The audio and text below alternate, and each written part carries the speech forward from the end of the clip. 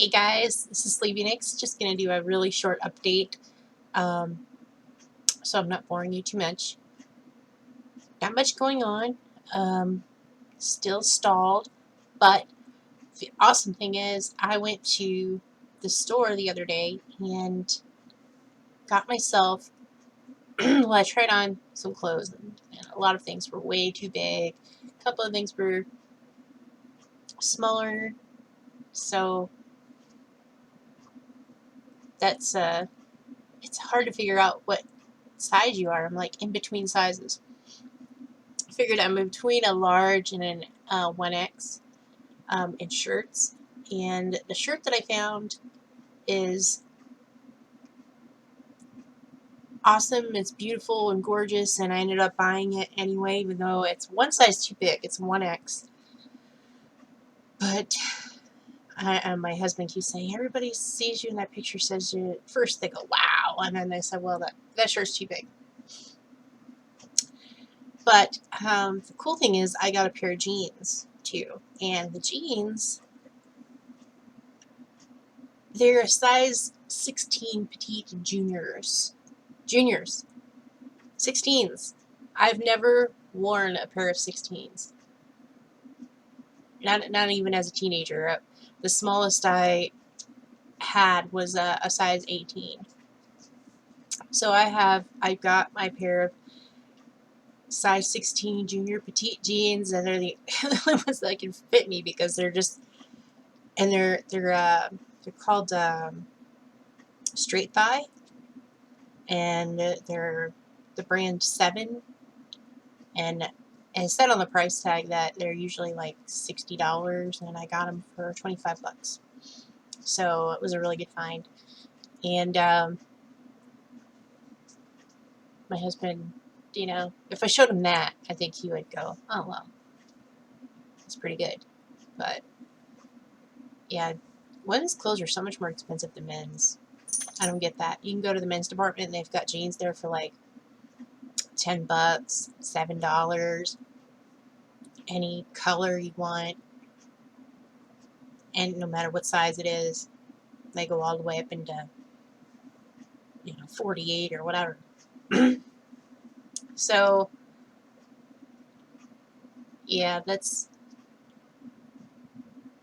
what happened. I took a picture, and I'll post it. I actually did a picture, a side by side of my picture in March, my birthday, and I had gotten this dress, and I thought this was the best dress ever, but didn't realize how big I was.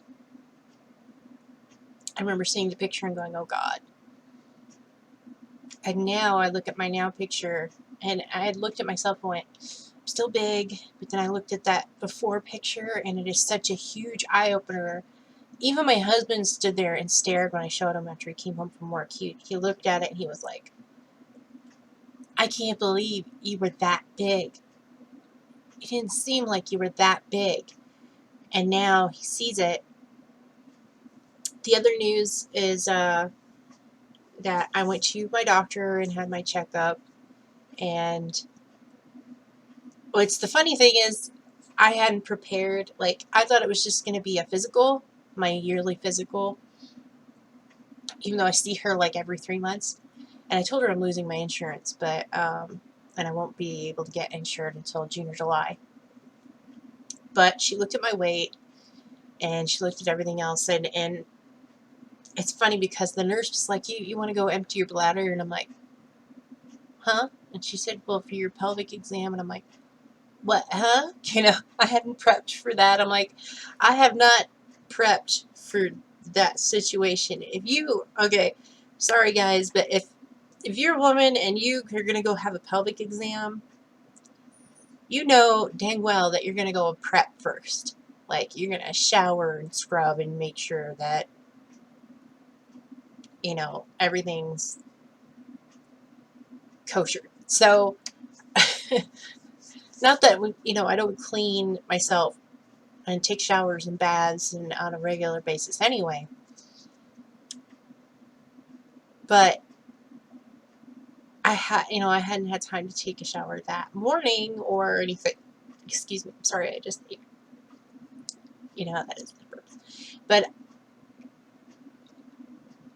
it was just so, and I just so happened to be having a visit from Aunt Flo. And it was like the last day of it. So she was like, "Oh, never mind. We can't do it anyway because it won't come out right anyway." You know, so they just did a breast exam, and she, felt around my thyroid and listened to my breathing and my heart rate and took my blood pressure. My blood pressure was like beyond perfect. It was like 110 over 70 something, or 111 over 70 something. And just great, perfect blood pressure. She was looking at it. She's like so happy. She is incredibly happy. And I told her that, she was saying, "Well, I don't need to see you until September. I'm so used to seeing her every 3 months," but she was like, "I don't need to see you until September."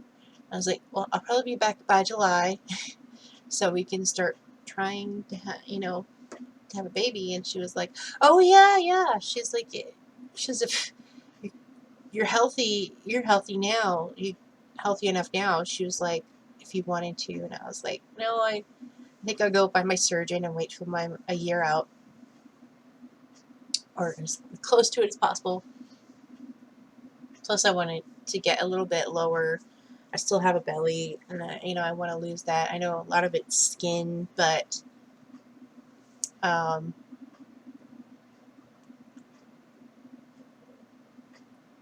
yeah. So anyway, really great news. Makes you feel great.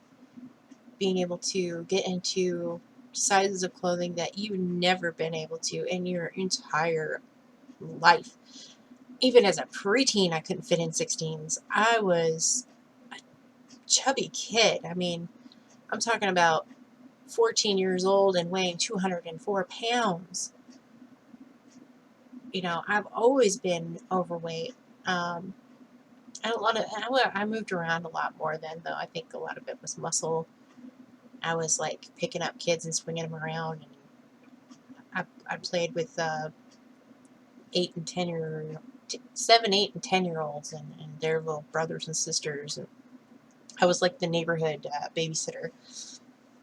To me, it was just fun hanging out with these little kids. So we go out and run up and down the hills and go sledding when it snowed, and it was like having little brothers and sisters. So it wasn't a big deal to me, but it also helped me to stay more in shape. I would, run up the foothills.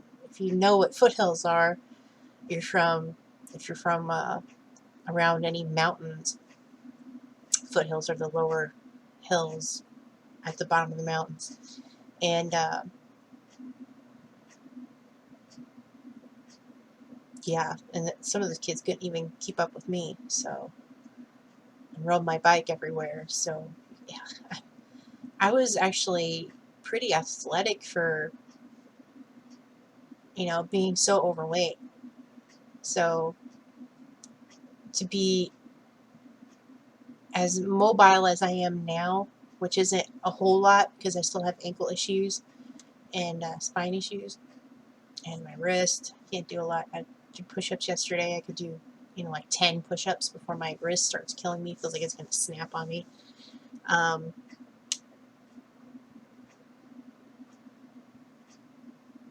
but to be as mobile as I am and still be losing is awesome. And it's not like I'm not trying. I still do my box and carve stuff to dancing and walk the access road, and as you've seen in some pictures, and I do a lot of dancing and doing crunches and boxes.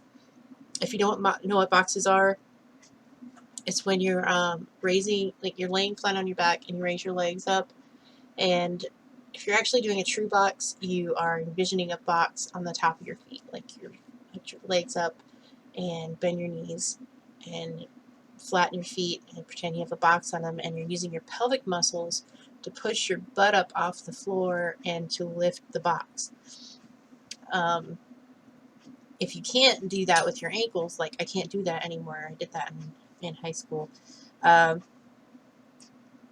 you could just keep your legs bent but keep them up bent and use your pelvic muscles, just kind of doing a lower crunch. Like you're not using your upper body, you're using the lower pelvic area and some of your lower back muscles. Use a lot of padding because if you're like me, you lost a lot of weight and those bones are poking out your back a little bit, so it hurts. I have no rear end, so not for lack of trying with donkey kicks, so and squats. Did squats.